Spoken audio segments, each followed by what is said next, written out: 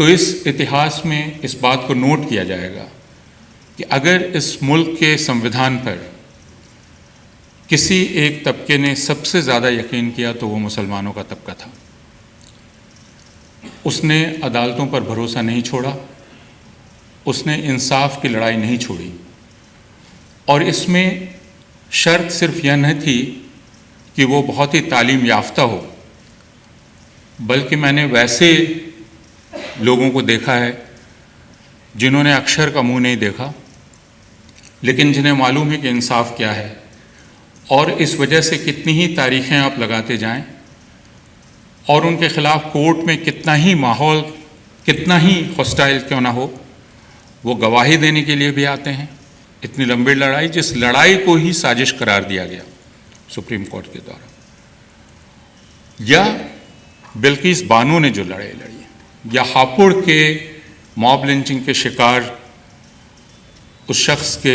रिश्तेदार ने लड़ाई लड़ी, या बहुत सारे लोग जो अदालतों में हैं,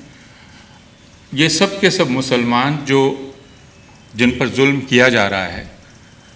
वो ये बतला रहे हैं कि हमने संविधान पर विश्वास नहीं छोड़ा है, हम उस रास्ते लड़ रहे हैं। हमने जमहूरियत पर यकीन नहीं छोड़ा है और हमने संविधान पर यकीन नहीं छोड़ा है। तो इस वक्त अगर कोई हिंदुस्तान के संविधान में भरोसा कायम किए हुए है, तो मैं यह कह सकता हूँ, और ये मैं इसलिए कह रहा हूँ कि ये Indian Muslim for civil rights की मीटिंग है, बल्कि मैं इसको मानता हूँ कि यह भरोसा सिर्फ मुसलमानों ने बना कर रखा है। इस लड़ाई में बहुत सारे लोग शामिल हैं और हमें मालूम नहीं कि यह लड़ाई क्या रुख लेगी, किस तरफ जाएगी, किस वक्त यह लड़ाई एक मुकाम हासिल करेगी, यह हमें नहीं मालूम। लेकिन हम सबको मालूम है कि यह इंसाफ की लड़ाई है, इसलिए इस लड़ाई से बाहर होने का कोई सवाल ही नहीं होता। इसका नतीजा क्या होगा, यह एक अलग मसला है, लेकिन इस लड़ाई से जो अलग हो जाए वो किस किस्म का इंसान होगा, ये उसके सोचने की बात है। तो हमारे और इस वक्त मैं एक अध्यापक हूँ, लेकिन मुझे लगता है कि इस वक्त हिंदुस्तान में पिछले 10 साल में किसी वक्त संसद सबसे महत्वपूर्ण थी, इस वक्त सबसे महत्वपूर्ण अदालत हो गई है। हम हमेशा अपने वकील दोस्तों का मुँह ताकते हैं और उसके बाद हम हमेशा देखते हैं कि ये बेंच कौन सी है, और उसके आगे हम नहीं जाना चाहते, मैं नहीं जाना चाहता। जिस वक्त मुल्क में लोग यह देखने लगें कि बेंच यह है तो इंसाफ होगा और बेंच यह नहीं है तो इंसाफ नहीं होगा, उस वक्त मानना चाहिए कि कानून का राज खतरे में है। और उस यकीन को बहाल करना वापस यह अदालत का काम है और यह उसके अख्तियार में है, और वो यह कह के नहीं निकल सकती कि नहीं अभी तो इनका राज है। तो मैं बस आप सबका शुक्रिया अदा करता हूँ। इस लड़ाई में हम सारे लोग साथ हैं। जैसा मैंने कहा कि कितनी लंबी चलेगी, कहाँ तक चलेगी, किस मुकाम पर पहुँचेगी, ये हम नहीं कह सकते, लेकिन ये लड़ाई लड़ी जानी चाहिए, इसलिए हम इसमें शामिल हैं। कि हिंदुस्तान को फिर से याद दिलाने की ज़रूरत है कि उसने कानून का राज चुना है, और कानून का राज उसे कहते हैं जिसमें कानून की निगाह में सब बराबर होते हैं और समाज में किसी को यह एहसास न हो कि कानून उसके ख़िलाफ़ है।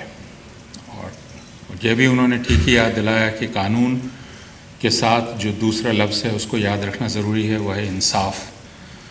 और हर कानून इंसाफ नहीं करता, और इसी वजह से हर कानून को हम अपने संविधान की कसौटी पर कस कर देखते हैं, और इसी वजह से कानूनों की मुखालफत की जा सकती है, और कानूनों की मुखालफत करना कोई जुर्म नहीं है। कानून संसद बनाती है, विधायिका बनाती है, लेकिन हर कानून की जांच संविधान की कसौटी पर की जा सकती है, और इसी वजह से नागरिकता का जो संशोधन वाला कानून आया था उसकी मुखालफत हुई, उसके ख़िलाफ़ लोग अदालत में गए, और ये उम्मीद की गई कि संविधान में जो नागरिकता का उसूल है, क्या वह उसूल के साथ है या उसके ख़िलाफ़ है, इसका फ़ैसला होना चाहिए। लेकिन उसकी मुखालफत को ही जुर्म करार दिया गया और उसकी मुखालफत को मुल्क के ख़िलाफ़ साजिश करार दिया गया, और उसकी मुखालफत करने वालों में बहुत सारे लोग पिछले 5 साल से जेल में हैं। इसकी बात हो चुकी है। लेकिन मैं एक दूसरी बात कहना चाहता हूँ। मैं ये कहना चाहता हूँ कि अगर पिछले 11 बरस के हिंदुस्तान के इतिहास को बाद में देखा जाएगा, और हम उम्मीद करें कि यह और लंबा नहीं खिंचेगा यह दौर, ये उम्मीद तो हम कर सकते हैं,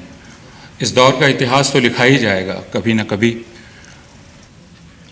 जिस बुनियादी सोच के साथ IMCR कायम की गई, उसका जो वो हार्ट एंड सोल है, वो ये बात है कि इस मुल्क में हिंदू और मुसलमानों का एक रिश्ता है, और वो एक रिश्ता एक ज़माने से है, 1000 साल से है। उस रिश्ते को कायम रखने की कोशिश सबकी है। कुछ लोग उस रिश्ते को तोड़ना चाहते हैं, मगर वो रिश्ता अपने आप में कायम रहा, नेचुरल है वो, और उस रिश्ते की बुनियाद हमारे संविधान में रिफ्लेक्ट होती है, कॉन्स्टिट्यूशन में रिफ्लेक्ट होती है। उस रिश्ते को रिकॉर्ड करती है वो कॉन्स्टिट्यूशन के अंदर, और जब हम उस कॉन्स्टिट्यूशन को देखें तो उसके अंदर उस रिश्ते के बारे में, उसको बनाए रखने को, प्रिजर्व करने को, चलाए रखने को, रूल ऑफ लॉ को वो इस्टेब्लिश करना चाहती है कि किसी एक की बात नहीं चले, किसी एक आदमी की, किसी एक ख़ानदान की, किसी एक कौम की, किसी एक इलाके की नहीं, बल्कि सबकी बात उसके अंदर रखी जाए, और वो एक निज़ाम हो ऐसा जो रूल ऑफ लॉ जिसको हम कहते हैं, और वो कायम हो। आज जो हालात हम लोग देख रहे हैं, पर्टिकुलरली असम में, उत्तराखंड में, वहाँ के ऊपर क्या सिचुएशन अराइज कर रही है कि रूल ऑफ लॉ को मेंटेन करने के रखते हुए रूल्स और लॉ से ही उसको डिस्टर्ब किया जा रहा है। जब आप उत्तराखंड में अभी एक बिल पास हुआ है मदरसा एजुकेशन के कॉन्टेक्स्ट में, जब आप उसको पढ़िए तो ऐसा लगता है कि जैसे आर्टिकल 29, 30 है ही नहीं, 25, 26 है ही नहीं। जो जिस तरह के डिमोलिशंस असम में हुए हैं, और उसमें सिलेक्टिवली, यानी कि वहीं पूरा अगर एरिया फॉरेस्ट लैंड है तो उसके अंदर कुछ घर गिराए गए, कुछ घर नहीं गिराए गए।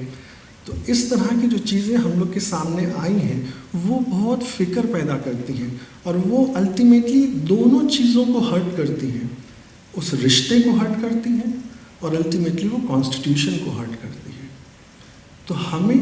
बचाना, रिश्ता भी बचाना है, और इस बुनियाद पे कॉन्स्टिट्यूशन बचाना है। इस सोच के साथ हम लोगों ने इसको रखा है। मैं दरख्वास्त करूँगा कि जो लोग यहाँ पे आए हैं वो अपनी अपनी बात मुख्तसर तौर के ऊपर रखें, तो कि ज़्यादा से ज़्यादा लोग जो है अपनी बात रखने का उनको मौका मिले। बहुत शुक्रिया, आप लोग आए, संडे को वक्त निकाला, और हम इसके लिए हमेशा आपके मशकूर रहेंगे।